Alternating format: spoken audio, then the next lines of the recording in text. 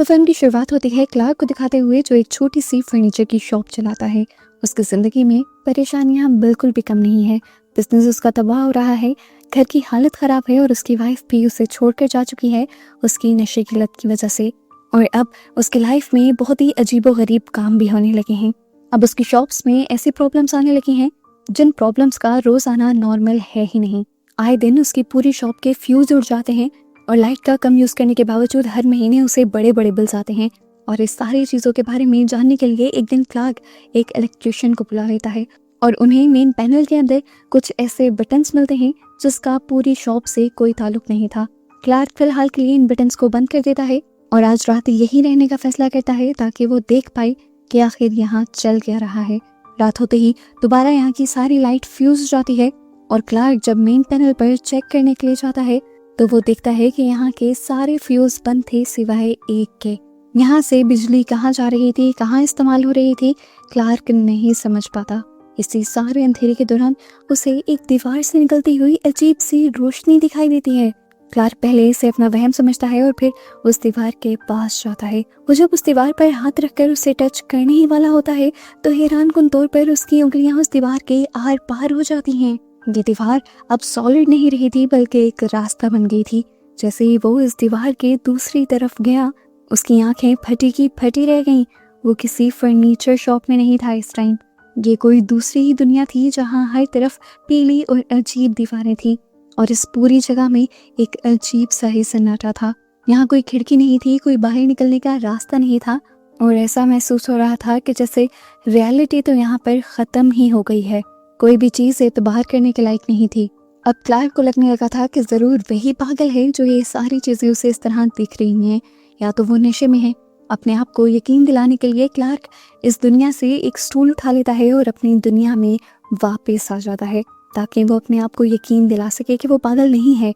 अब जब वो असली दुनिया में वापस आ जाता है तो इस स्टूल को देखता रहता है और ये सोचकर पागल होता रहता है कि आखिर वो दुनिया है ही क्या। वो दुनिया उसके दिमाग पर सवार हो चुकी थी।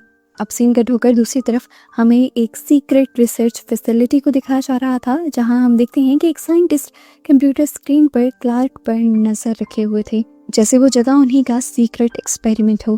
क्लार्क ने जब उस दुनिया से जाकर वहां से वापस निकलने की कोशिश की थी तो क्लार्क को वहां पर एक आदमी की कुछ चीजें भी मिली थी। उन्हीं चीजों में उस आदमी का आइडेंटिटी कार्ड भी था जिससे उसे पता चला कि वो पहला नहीं था जो इस दुनिया में आया था। 1990 में भी एक एम्प्लॉय इसी दुनिया में आ गया था।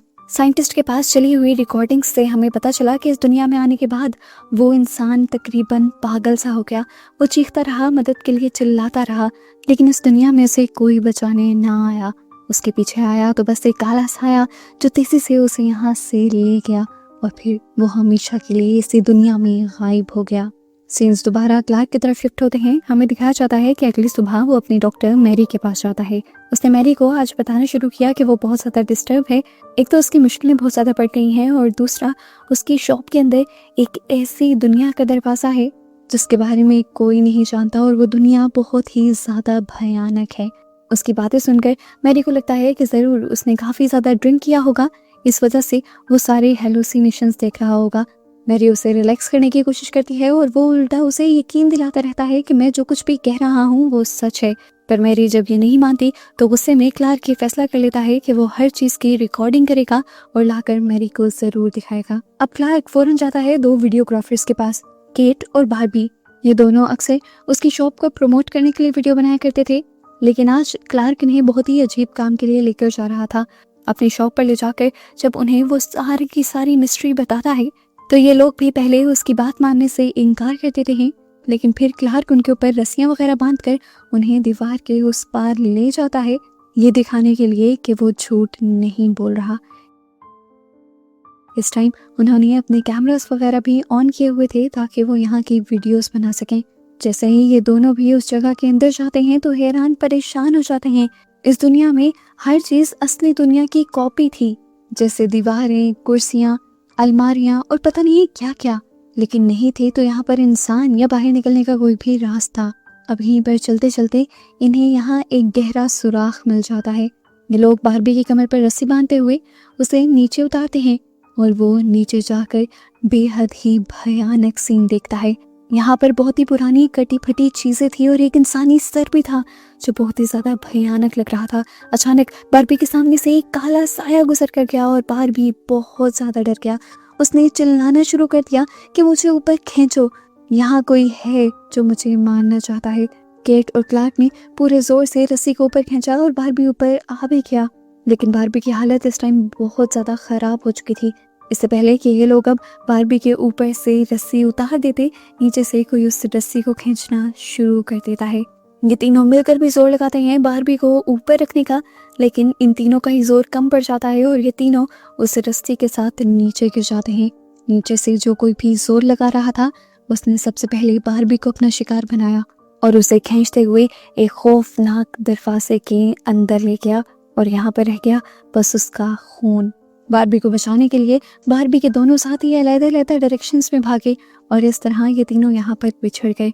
क्लार्क को जब अब केट नहीं मिली तो वो अकेला ही भागता रहा, लेकिन उसे अब बाहर निकलने का कोई रास्ता नहीं मिल रहा था। भागते भागते आखिर वो एक ऐसे लेवल पर पहुंच गया जहाँ पर वो खौफनाक क्रिएचर उसे मिल ही गई जो इस दुनिया की थी। उसे देखकर वो बहुत ज़्यादा डर गया और इससे पहले कि वो कुछ भी करता, वो क्रिएचर उससे उसका कैमरा छीन लेती है और रिकॉर्डिंग बंद कर देती है। यहाँ हमें दिखाया जाता है कि क्लार्क इस दुनिया में जाने से पहले अपनी डॉक्टर मैरी को एक मैसेज कर गया था कि वो अब उस दुनिया में जा रहा है और कभी इस दुनिया में वापस नहीं आएगा। मैरी को ये मैसेज बहुत ज़्यादा अजीब लगता है और वो उसे चेक करने के लिए फ़ौरन उसकी शॉप में जाती है, लेकिन वहाँ क्लार्क के कहे के मुताबिक उसे कोई भी नहीं मिलता। क्लार्क को ढूंढते हुए वो उसकी बेसमेंट में पहुँच जाती है और वहाँ पर उसे दीवार में छुपा हुआ वो दरवाज़ा मिल जाता है, क्योंकि इस दरवाजे के ऊपर क्लार्क ने टेप से मार्क जो कर दिया था। अब मैरी जैसे ही इस दीवार को छूती है उसकी उंगलियां भी आर पार हो जाती हैं और अब उसे भी यकीन हो जाता है कि जो कहानी उसे क्लार्क में सुनाई थी वो झूठी नहीं थी। डरते डरते वो भी इन्हीं बैक रूम्स के अंदर चली जाती है। वो वहाँ घूमती रहती है और काफ़ी देर तक उसे कुछ भी नहीं मिलता, ना क्लार्क और ना ही यहाँ से निकलने का रास्ता। अचानक ही उसके पीछे कोई आ जाता है। पीछे मुड़ने पर वो देखती है ये कोई और नहीं बल्कि क्लार्क ही था, जो अब इंसान तो नहीं लग रहा था। उसकी आंखों में अजीब सा पागलपन था। क्लार्क को देखते ही वो तो डर गई थी। क्लार्क ने अब उसे बेहोश किया और रस्सियों से बांध दिया। मैरी को जब होश आया तो उसके सामने दो अजीबोगरीब क्रिएचर्स बैठी हुई थी, जिनके मुंह बहुत ज़्यादा अजीब थे और एक के मुंह पर तो बहुत सारी आंखें भी थी। यहाँ पर क्लार्क ने उसे इस दुनिया की सच्चाई बताना शुरू की और कहा कि इस दुनिया में हमारी असली दुनिया की हर कॉपी है और यहाँ पर जितने भी क्रिएचर्स हैं उन्हें किसी भी किस्म का एहसास नहीं है, ना खुशी का ना दर्द का। ये दिखाने के लिए क्लार्क एक चाकू उठाता है और यहाँ पर बैठे हुए मॉन्स्टर के गले में स्टैब कर देता है। मैरी का तो ये देखकर ही सर चकरा जाता है। मैरी क्लार्क को ये सब रोकने को कहती है और अपनी दुनिया में वापस चलने को कहती है, लेकिन वो बताता है कि इस दुनिया में कोई गम नहीं है। अभी वो यही सब बता ही रहा था कि यहाँ पर एक बहुत बड़ी एंटिटी आ जाती है। ये बिल्कुल क्लार्क के ही जैसी दिख रही थी और उसने पायरेट जैसा कॉस्ट्यूम पहना हुआ था, जैसा कॉस्ट्यूम पहनकर अक्सर क्लार्क अपनी फर्नीचर शॉप के लिए वीडियोस बनाया करता था। इस मॉन्स्टर का इस टाइम सर बहुत ही ज़्यादा बड़ा था। अचानक ही वो क्लार्क के सामने आकर खड़ा हो जाता है। क्लार्क को लगता है कि वो मैरी को मारने के लिए आया है, लेकिन क्लार्क उसी मॉन्स्टर को समझाने की कोशिश करता है कि इसे मत मारो, ये भी अब हमारी ही साथी है, हमारे साथ इसी दुनिया में रहेगी।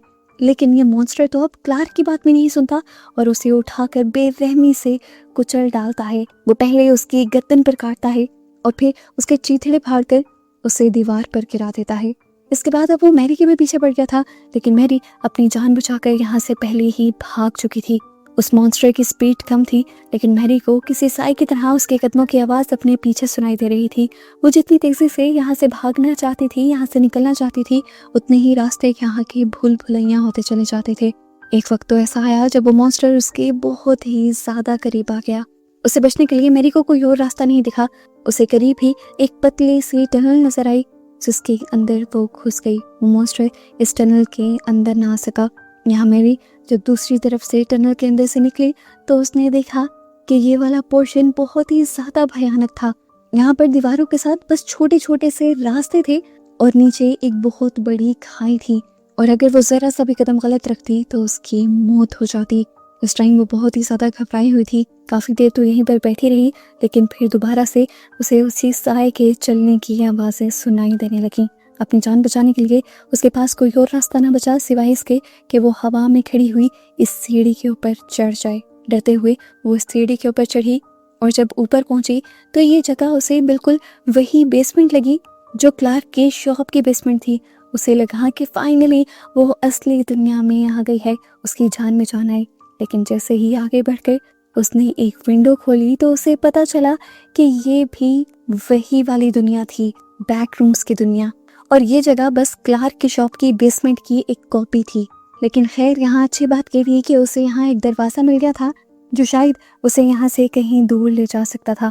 उसने इस दरवाज़ा खोलकर जैसे ही आगे बढ़ने की कोशिश की तो अचानक से उसके मुंह पर किसी ने स्प्रे कर दिया और वो यहाँ पर बेहोश हो गई।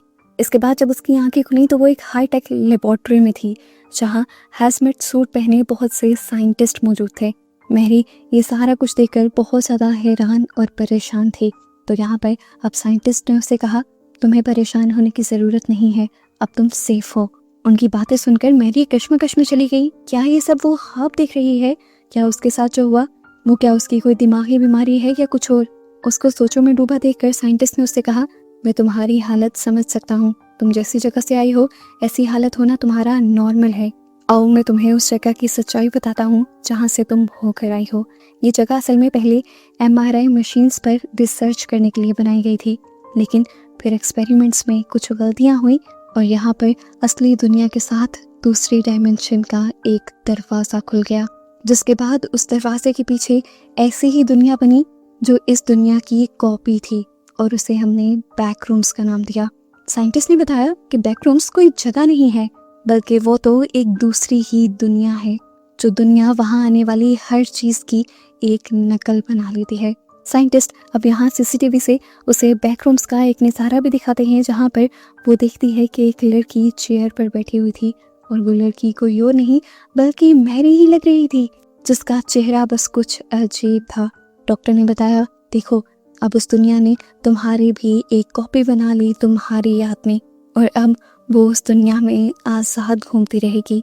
मैरी भी अब तक इन बातों पर यकीन नहीं कर पाई थी, लेकिन फाइनली उसे सारी हकीकत का पता चल गया था और ऐसे ही बस उसे और उस दुनिया को दिखाते हुए ये मूवी यहाँ ख़त्म हो गई।